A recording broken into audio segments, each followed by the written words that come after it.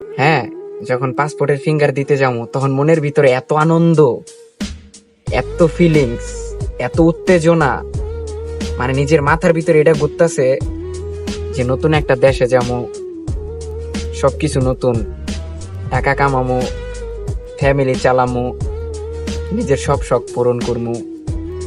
হ্যাঁ, এমন একটা অবস্থা। আপনাগো সেম সেম না ভাই? আস্তে আস্তে কইতাছি। তো এই অবস্থাটা হইলো কি ভাই, ওই দিনকা যেদিন আপনি পাসপোর্টের ফিঙ্গারটা দিছেন না, হ্যাঁ, যেদিন পাসপোর্টের ফিঙ্গারটা দিছেন ওই দিন আপনার জীবনের যত সুখ ছিল, যত স্বপ্ন ছিল, তার 50% আপনি ওইখানে মনে করেন যে ওইখানেই ইনভেস্ট করছে।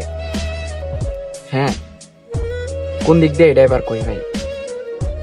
হ্যাঁ, এটা হইলো কি ভাই, মানে আমি যতটুকু বুঝলাম, আমার লাইফের সাথে যতটুকু হইলো, এখন বলতে পারেন ভাই ওটা ভুল ছিল না, ভাই ওটাই সঠিক। পাসপোর্ট করছেন, নিজের জীবনের স্বপ্নগুলারে আগায় নিছেন, তারপরে সবকিছু রেডি করার পরে বাইরে চলে আইছেন, মানে যেটারে বলে প্রবাস, প্রবাসে চলে আইছেন।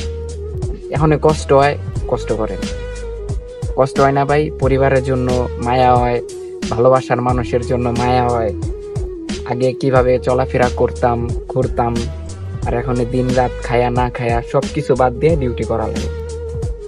হ্যাঁ, সবকিছু বাদ, আপনার জীবনে এখন জড়ায় আছে ডিউটি, কাজ। হ্যাঁ, এটাই সফলতা ভাই, এটা সফলতা, 100% সফলতা ভাই। ওই যে খুশি না ভাই, এই খুশির জায়গায় যখন ইনভেস্ট করছেন, মানে এখন যে কষ্টটা করতেছেন, এটাই আপনার জীবনের একটা লক্ষ্য ভাই। দেশে কি করতেন ভাই? আজকে এই জায়গায়, কালকে ওই জায়গায় ঘোরাফেরা।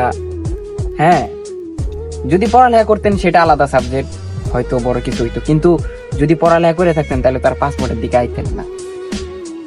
তো জীবনটা পরিবর্তন এই জায়গা থেকে হইব ভাই। একটু কষ্ট করলে জীবনে পরিবর্তন হইব, টাকা পয়সা সবকিছু হইব, কিন্তু ধরে রাখতে হইব ভাই, সবকিছু ধরে রাখতে হইব।